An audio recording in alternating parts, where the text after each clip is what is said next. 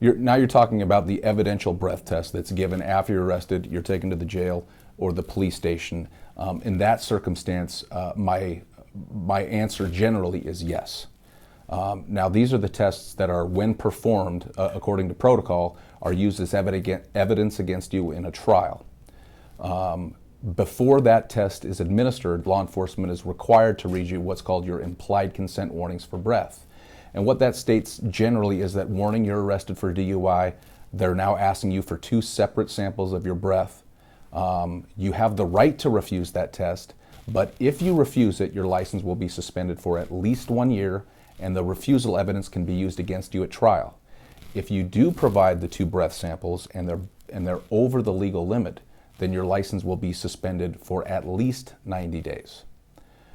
So generally speaking, it's always best to go ahead and provide those breath samples, because if you do refuse, the consequences on your license are going to be more severe.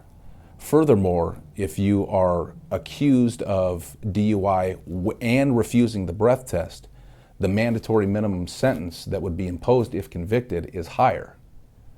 A new trend now throughout DUI investigation is that when somebody refuses to take a breath sample, law enforcement gets on the phone and they call a judge, and they have a judge issue a search warrant for your blood. So after you've refused, they then call the judge, get a warrant, drive you down to the hospital, and then by search warrant draw your blood and then have that evidence against you. So you not only have evidence against you of whatever alcohol content is in your blood, you're also accused of refusing. So generally speaking, yes, it's always best to go ahead and provide breath samples and then hire an attorney.